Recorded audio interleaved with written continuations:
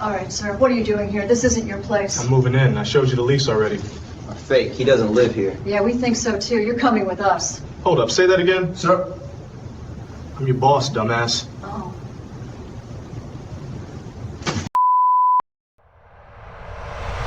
Malcolm Rivers had just stepped out of his truck with the first box in his hands when the voice cut through the quiet hallway like a blade, sharp and certain, already judging him before a single word was exchanged.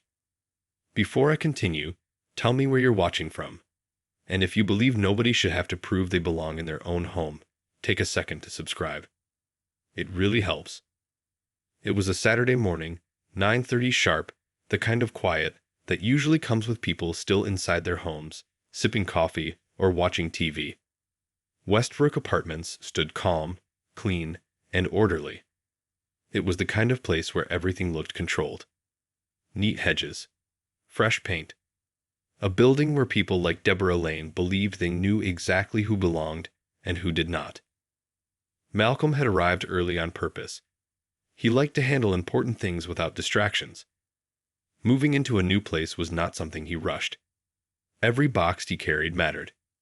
Books, documents, personal items. Things that told the story of his life. He moved slowly, not because he was tired, but because he was careful. At 47, Malcolm had built everything step by step. Nothing was handed to him.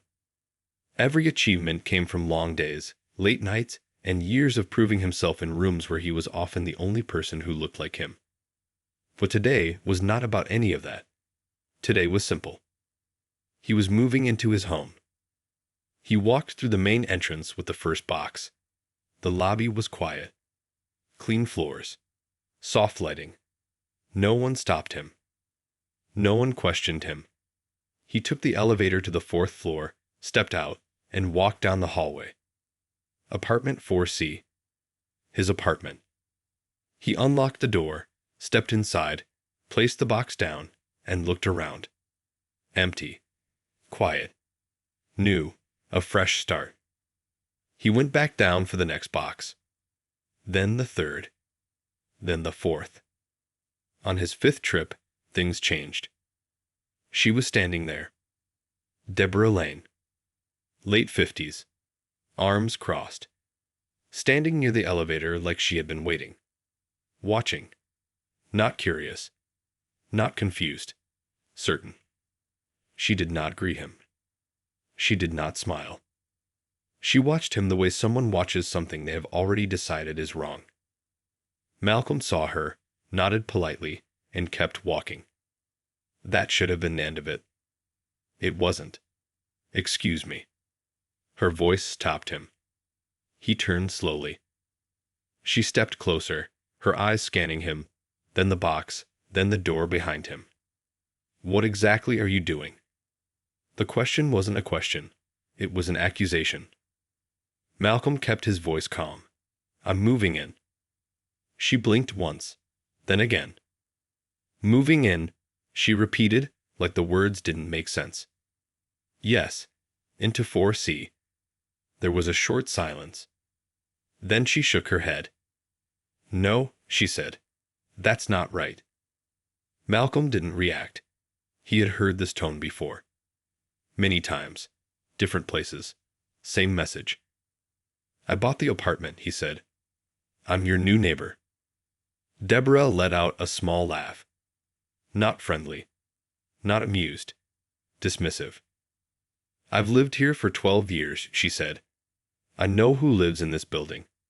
I know when someone new moves in. Malcolm adjusted the box in his hands. Well, now you know. Her face tightened.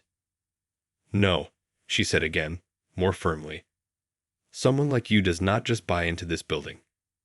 There it was. Clear. Direct. No hiding. Malcolm held her gaze. What does that mean?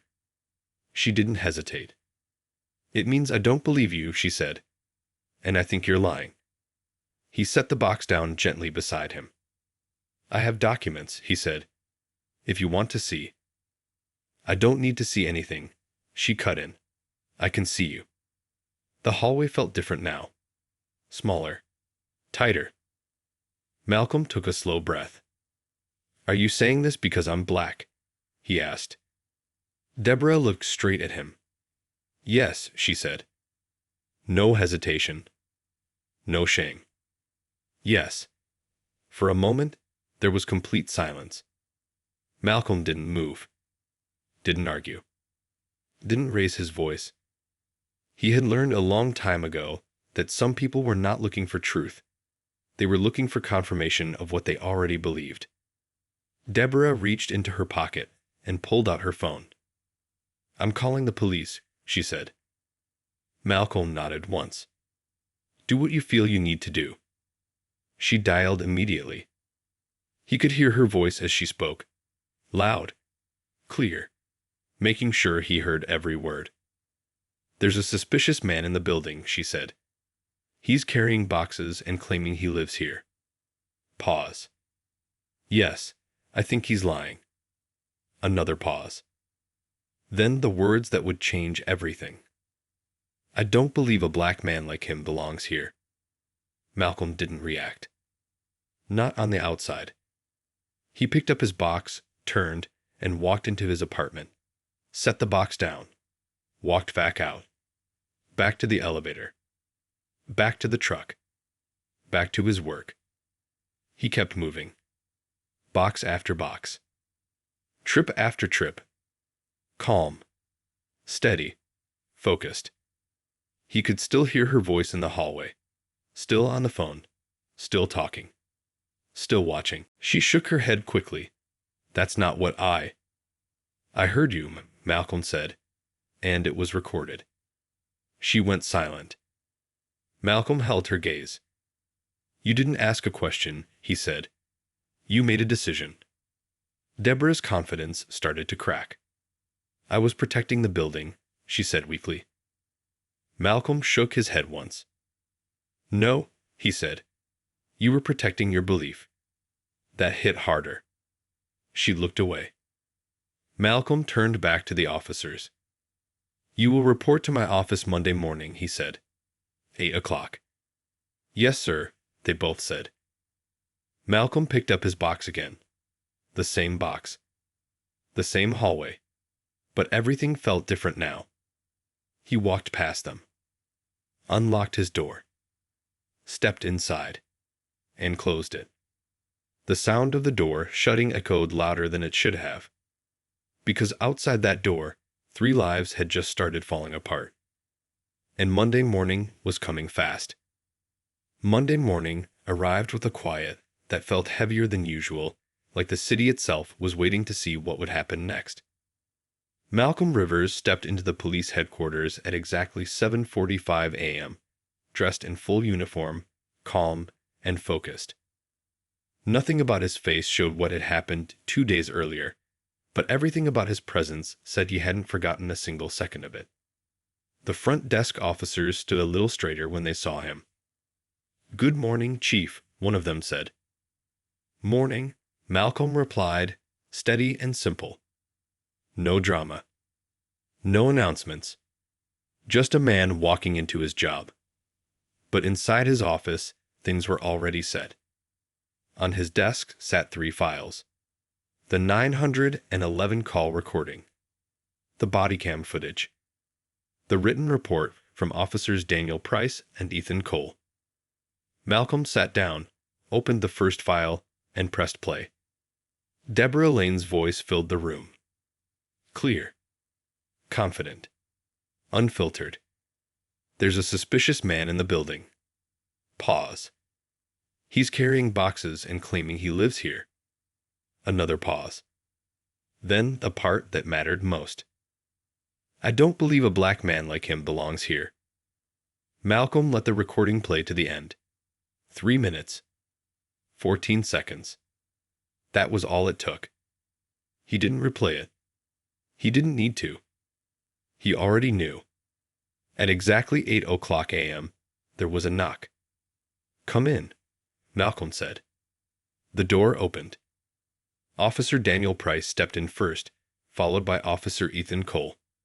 Both in full uniform. Both serious. both fully aware that this was not a normal meeting. "Take a seat," Malcolm said. They sat. No one spoke. Malcolm didn't start with questions. He pressed play. The 911 call filled the room again. Neither officer moved, but their faces said everything. When the recording ended, Malcolm let the silence sit for a moment. Then he spoke. "That," he said, "is why you were called." Price nodded slowly. "Yes, sir." Malcolm reached for the second file and played the body cam footage. The screen showed the hallway, showed Malcolm holding the box, showed Price stepping forward. "All right, sir. What are you doing here? This isn't your place." Then Malcolm's voice. "I'm moving in. I showed you the lease already." Then Deborah.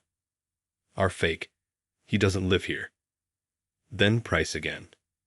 "Yeah, we think so too. You're coming with us." The video kept going. Showed Malcolm offering documents. Showed Price refusing to verify. Showed the moment everything crossed the line. Malcolm stopped the video. Closed the laptop. Looked directly at both officers. "You had evidence," he said. Neither spoke. "You had a way to verify it," Malcolm continued. "You chose not to." Price lowered his eyes. "Yes, sir." Malcolm leaned back slightly. "You made a decision," he said. "And that decision was based on what?" Silence.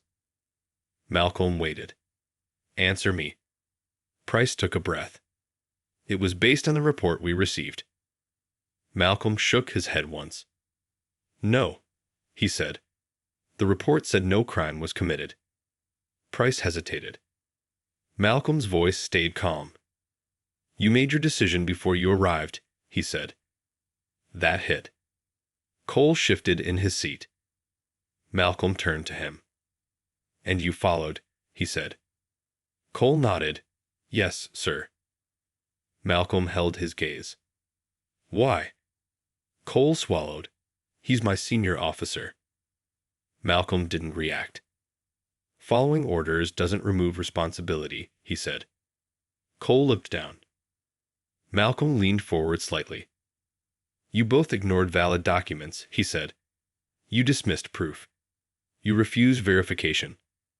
And you attempted to detain a man standing inside his own home." The room felt tight. Heavy. Neither officer argued. Neither officer defended themselves. Because there was nothing to defend. Malcolm reached for the third file. "Your records," he said. That got their attention. Price looked up. Malcolm opened the file slowly. 15 years on the force, he said, looking at Price. 11 complaints. Price's face went still. 9 of those, Malcolm continued, involve racial profiling. Silence. Malcolm turned a page. Each one dismissed. Price didn't speak. Couldn't. Malcolm turned to Cole. 3 years on the force, he said. 7 complaints. Cole's jaw tightened. 6 involving minorities, Malcolm said. The room felt smaller now, like the walls were closing in. Malcolm closed the file. "Do you see the pattern?" he asked. No answer. "You should," he said, "because I do." Malcolm stood up. Not angry. Not loud. Just final. "Both of you are suspended," he said. "Effective immediately." Price looked up quickly. "Sir." Malcolm raised his hand. That was enough. Price stopped talking. "This is pending a full internal investigation," Malcolm said. "You will surrender your badges and your service weapons before you leave this building." Cole nodded immediately. "Yes, sir." Price nodded slower. "Yes, sir." "You will not discuss this case," Malcolm added, "with anyone." "Yes, sir." Malcolm walked around his desk. Stopped in front of them. "This is not about one incident," he said. "This is about a pattern." Neither officer looked up. You had chances, Malcolm said. Multiple. Silence. Then he stepped back. You're dismissed. They stood, turned, walked to the door, and left. The moment the door closed, everything changed for them. Careers. Reputations. Everything. But Malcolm didn't stop there. Because this was never just about two officers. He picked up the phone. Internal Affairs, he said. I want a full review. Not just the officers. Pause. Everything connected to that address, he continued. Another pause. Yes, he said, including the caller. He hung up, walked to the window, looked out at the city, because he already knew one thing. What happened on Saturday wasn't new. It had been happening for years. And now, it was about to be exposed. By Wednesday morning, what happened in that quiet hallway was no longer just an incident. It had become a story the entire city could not ignore. It started with the 911 recording. Someone leaked it. No one knew who, but once it reached the media, it spread fast. Within hours, Deborah Lane's voice was everywhere. Clear. Confident. Unfiltered. I don't believe a black man like him belongs here. There was no confusion. No misunderstanding. No way to explain it away. People heard it exactly as it was. And they reacted. Phones rang across the city. News stations replayed the clip over and over. Social media lit up with anger, disbelief, and one simple question. How many times had this happened before? Malcolm Rivers didn't rush to respond. He waited. He let the facts come together first. Internal Affairs worked fast. They pulled everything connected to that address. Reports, footage, complaints. And what they found made things worse. Much worse. Deborah Lane had not just made one call. She had made many. Over the past 2 years, building security footage showed her standing in hallways, watching people. Not everyone. Only certain people. Black residents. In multiple clips, she could be seen stopping, staring, then reaching for her phone the moment they passed. It wasn't random. It was a pattern. 12 times, she had called authorities after seeing a black resident in the building. 12 times. None of those calls led to any crime. None of those calls were justified. But they all created the same problem. Fear. Pressure. Stress. People feeling like they didn't belong in their own homes. The building records told the same story. Deborah had filed complaint after complaint. Noise complaints. Suspicious activity. Damage claims. Most were against black residents. Almost none were proven.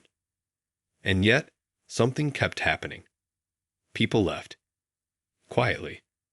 Without a fight. Without a case. They just left. Because staying felt harder. Malcolm read every file. Every report. Every detail. Then he made his next move. Friday morning, he stood in front of the press. No long speech. No big show. Just the truth.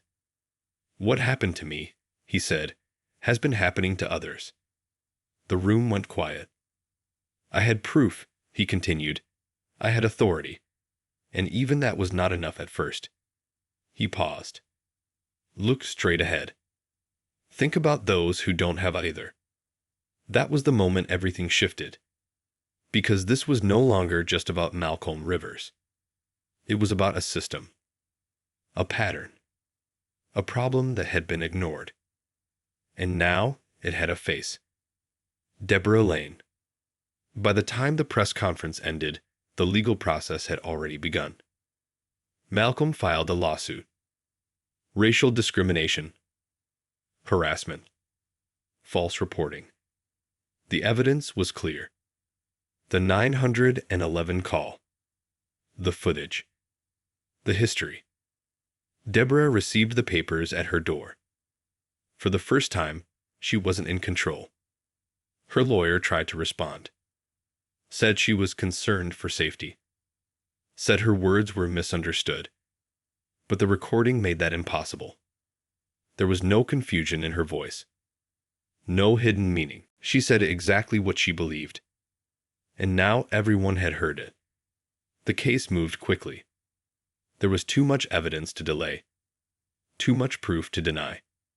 Former residents came forward. One by one. They told their stories. Being watched. Being reported. Being made to feel like strangers in their own homes.